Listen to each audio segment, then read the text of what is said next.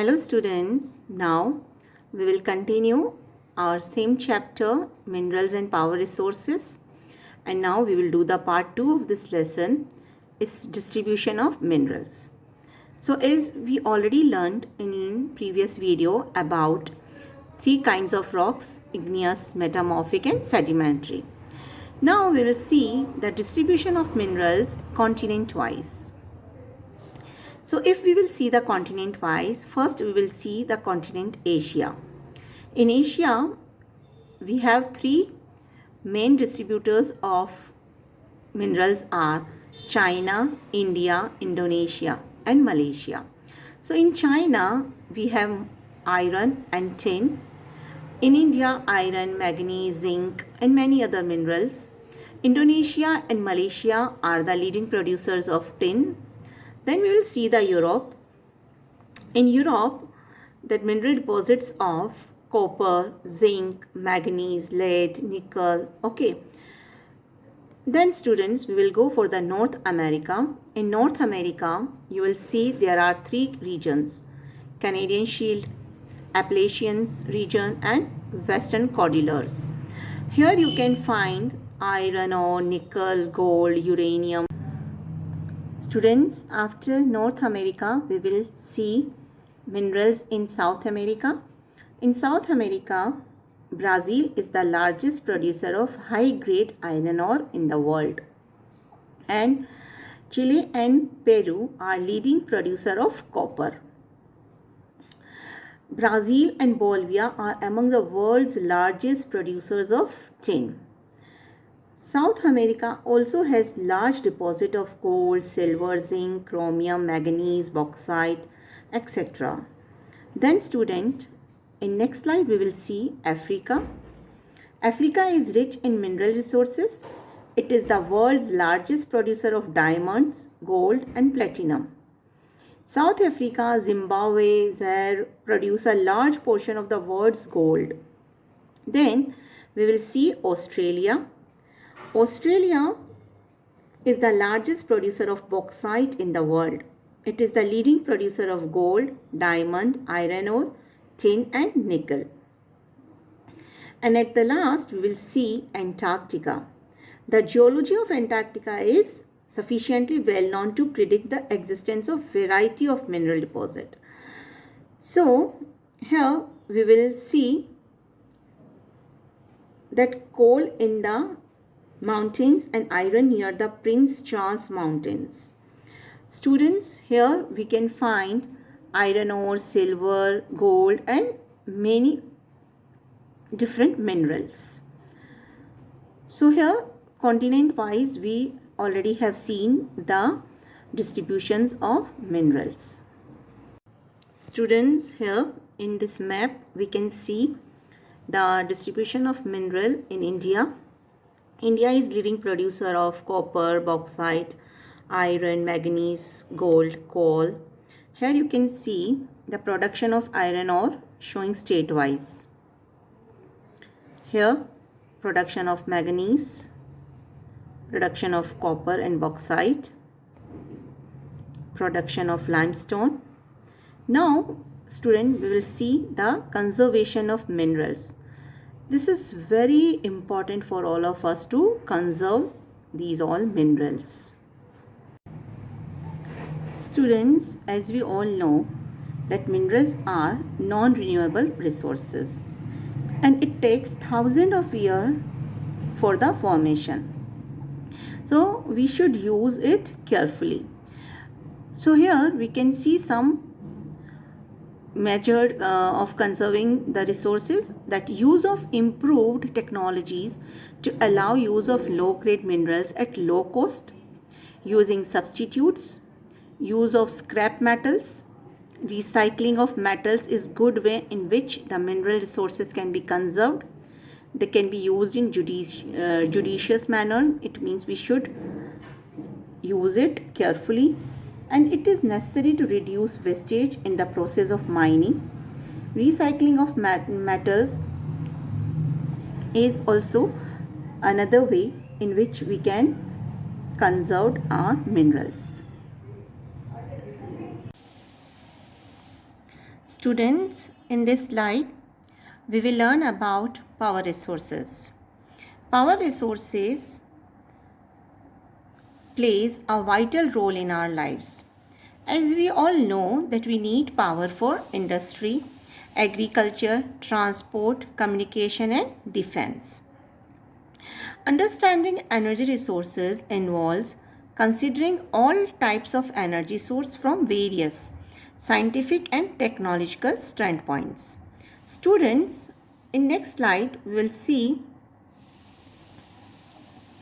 there are many types of power resources: natural gas, geothermal, wind, coal, electricity, nuclear, oil. So mainly we have two kinds of conventional and non-conventional power resources. In conventional resources are those which have been in common use for a long time.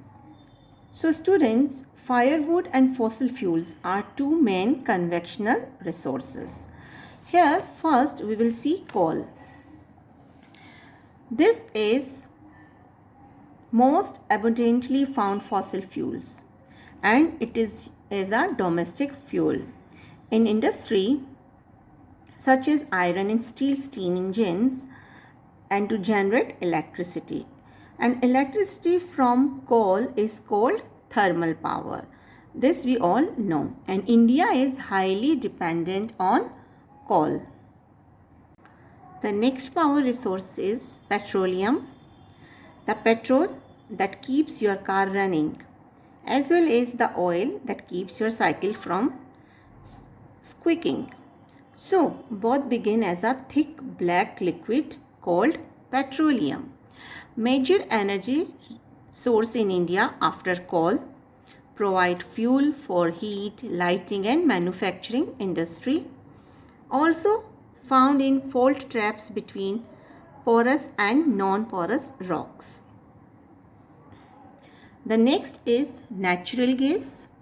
Natural gas found with petroleum deposited and is released with crude oil is brought to the surface. And in worldwide, students, we found natural gas mostly in Russia, Norway, UK, Netherlands, and in India, Jaisalmer, Krishna, Godavari, Delta, Tripura, and in some seashore areas of Mumbai. The next is electricity. It is mainly generated by two ways: hydroelectricity and thermal electricity.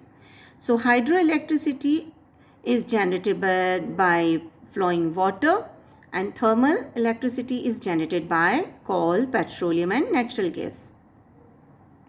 Then we will see in this slide non-conventional sources. Non-conventional resources are renewable resources.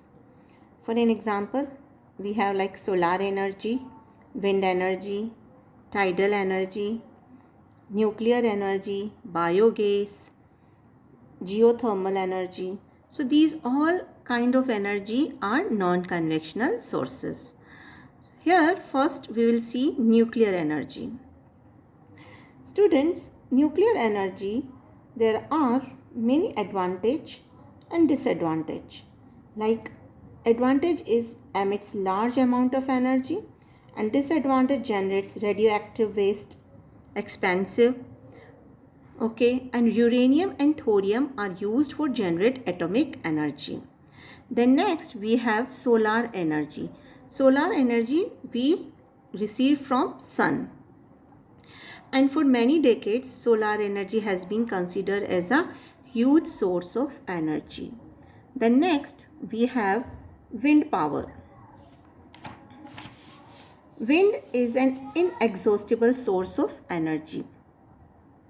Windmills have been used for grinding grain and lifting water since time immemorial. Students, wind power is produced by using wind generators. And then biogas. Biogas is a mixture of methane and carbon dioxide. Students, here for these all non-conventional resources are mostly non-polluting and low cost. And there are disadvantage also sometimes, like for wind energy, they are making noise pollution, okay, and costly to set up. Next we will see here, biogas is the best use directly for cooking and heating. Students, in this last slide we will see to conservation of energy resources. It is very necessary to save these all energy resources, otherwise for our future generation we will not get any more power resources. So here the first point is, choose energy efficient appliances when making new purchase. So now we can buy new appliances that are not consuming more energy. Then do not leave appliances on standby. Cover your pots while cooking. Recycle your organic waste. We can recycle the waste and we can use that. Reduce the number of miles you drive by walking, biking, carpooling, or taking mass transit wherever possible. Students, many other ways also to conserve energy, like switching off the appliances when not in use, minimal uses as per requirement, maximizing the use of natural breeze and light, keeping the lights dust free. So many tips are there. So we can save our power resources in these all ways. Students, here our lesson is finished. If you have any query, any question related this lesson, you can ask me by email. Thank you so much.